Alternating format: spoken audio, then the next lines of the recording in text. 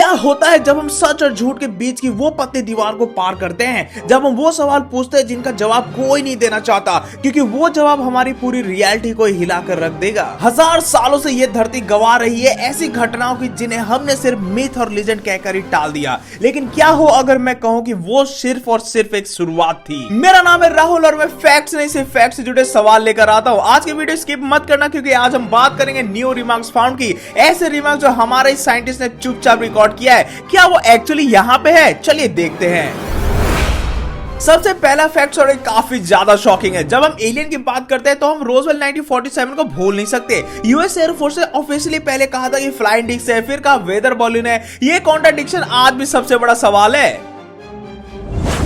फिर आया 2004 का टिक टैक यूएफओ इंसिडेंट, जहां यूएस नेवी का पायलट्स ने एक ऐसे ऑब्जेक्ट को देखा जो हमारे फिजिक्स के रूल्स को फॉलो ही नहीं करता। पेंटागन ने वीडियो रिलीज की और उसकी ऑथेंटिसिटी को एक्सेप्ट भी किया। लेकिन जो सबसे ज्यादा मुझे डिस्टर्बिंग लगता है वो है वर्जीनिया इंसिडेंट 1996 ब्राजील का। छोटी brown skin oil smelling creature दिखाई दिया। लोकल लोगों ने भी देखा, मिलिट्री ने कवर अप भी किया। यहाँ पे बात सिर्फ फ्लाइंग ऑब्जेक्ट की नहीं थी, यहाँ बात थी क्रिएचर की। अब साइंटिफिक एंगल देखो। साइंटिस्ट ओनोमॉथ 2017 को देखते हैं। ये एक इंटरस्टेलर था जिसका मूवमेंट को नेचुरल फोर्सेस से एक्सप्लेन करना बहुत ही ज्यादा मुश्किल था।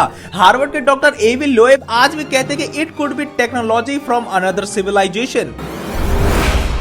और अब आते हैं उस हिस्से पर जिसके लिए आप यहाँ हैं, द न्यू रिमार्क्स। पता चला है कि पिछले 5 सालों में कुछ गवर्नमेंट्स ने हाई ऑल्टीट्यूड रेडार सिस्टम में ऐसा पैटर्न रिकॉर्ड किया है जो पहले कभी नहीं देखा गया। इन्हें इंटरनल डॉक्यूमेंट में एको डेल्टा कहा गया है। ये सिर्फ रैंडम सिग्नल्स नहीं थे, ये है नॉन ह्यूमन कॉम्बिनेशन अटेम्प्ट्स के फ्रेगमेंट्स। अगर एको डेल्टा फ्रेगमेंट सच है तो उनका मकसद क्या है? कुछ थ्योरीज कहते हैं कि हो सकता है एलियंस यहाँ परमानेंटली बस चुके हैं। हमारी धरती इतनी बड़ी है, इतनी गहराई है ओशंस में कि वो आराम से छिप सकते हैं, जैसे हम उनकी खोज कर रहे हैं। जो हो सकता है वो हमारी धरती के अंदर से हम पर ही नजर रख रहे हो। दूसरी थ्योरी जो ज्यादा डरावनी है वो ये कहती है कि वो यहाँ कोई परमानेंट सेटलमेंट बनाने नहीं आए, वो यहाँ एक फील्ड स्टडी पर है। बिल्कुल वैसे ही जैसे हम जंगल में जाकर जानवरों को स्टडी करते हैं या फिर हमारे रॉकेट्स स्पेस में जाकर स्पेस को स्टडी करते हैं। उनके लिए हम एक सिर्फ स्पेसिमेन हो सकते हैं, या हमारे न्यूक्लियर वेपन्स का डेवलपमेंट कैसे हो रहा है, हमारा इंटरनेट टेक्नोलॉजी का फैलाना, ये सब उनके लिए एक डेटा पॉइंट हो सकता है। और एलियन के न्यू रिमार्क्स का सबसे शॉकिंग पहलू ये भी है कि इको डेल्टा फ्रेगमेंट में रिपीटेड एक चीज का मेंशन हो रहा है कि हमारा रिसोर्स को एक्सट्रैक्ट किया जा रहा है। देखो, हम नहीं जानते कि वो क्या निकाल रहे हैं, शायद पानी निकाल रहे हो या फिर कोई ऐसा रेयर एलिमेंट निकाल रहे हो। लेकिन अगर वो यहाँ आकर रिसोर्सेस निकाल रहे हैं तो क्या वो हमसे परमिशन लेंगे,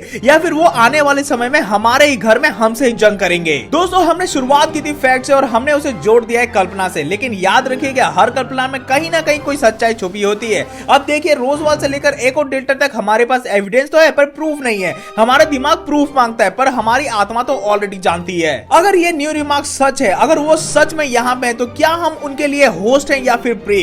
कमेंट करके बताओ आप क्या सोचते हैं। मैं राहुल मिलूंगा अगली वीडियो में एक नए सवाल के साथ। तब तक अपनी खिड़कियों पर नजर जरूर रखना।